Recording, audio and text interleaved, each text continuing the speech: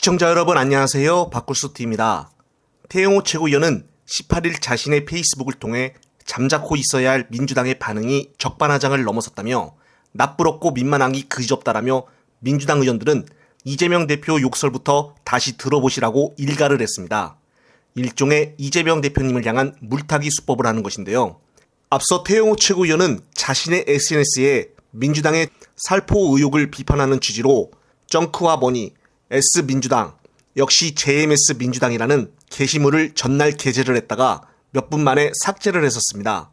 JMS는 최근 사회적으로 문제를 일으킨 기독교 복음선교회 정명석 총재를 민주당의 빗댄 표현으로 풀이가 되는데요. 태영호 최고위원은 JMS 민주당 메시지를 삭제한 경위를 조목조목 설명을 하며 그는 게시글은 민주당의 돈봉투 의혹과 성비위 사건을 비판하기 위해서 보좌진이 준비를 하던 과정에 의원과 보좌진 사이에 일어난 업무상 일종의 해프닝이라며 언론의 비판을 받고 삭제된 것이 아니라 의원실 차원에서 선제적으로 삭제한 것이라며 주장을 했습니다. 의원실 보좌진들과 소통 사이에서 비공개로 보고되어야 할 메시지가 실수로 공개가 됐고 태영호 최고위원이 이를 보고 바로 삭제를 지시했다는 것입니다. 어쩜 이렇게 핑계를 잘 대는지 이런 수법을 국회에 있으면서 배웠는가 싶은데요. 또한 태영호는 민주당을 향한 비판도 잊지 않았습니다. 자신에게 국회를 떠나라고 한 논평을 냈는데 정작 역겨운 행태를 보이는 것은 민주당이라며 민주당의 돈봉투 의혹과 이재명 대표의 범죄 의혹, 잇따르는 성비위 사건들은 설화 수준이 아니라 팩트이고 범죄 사실이라며 목소리를 높였습니다. 하지만 어제까지 태영호는 윤리위에 본인이 자진을 해서 셀프 심사 요청을 했었는데요. 자신이 오늘과 같이 잘못이 없었다면 왜 자진으로 셀프 심사를 요청을 할까요?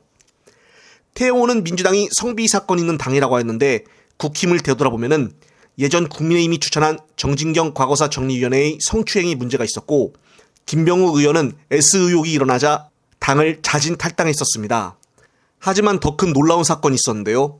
바로 지금 용산 대통령실에서 일하고 있는 윤의 가장 최측근인 바로 윤재순 총무비서관입니다.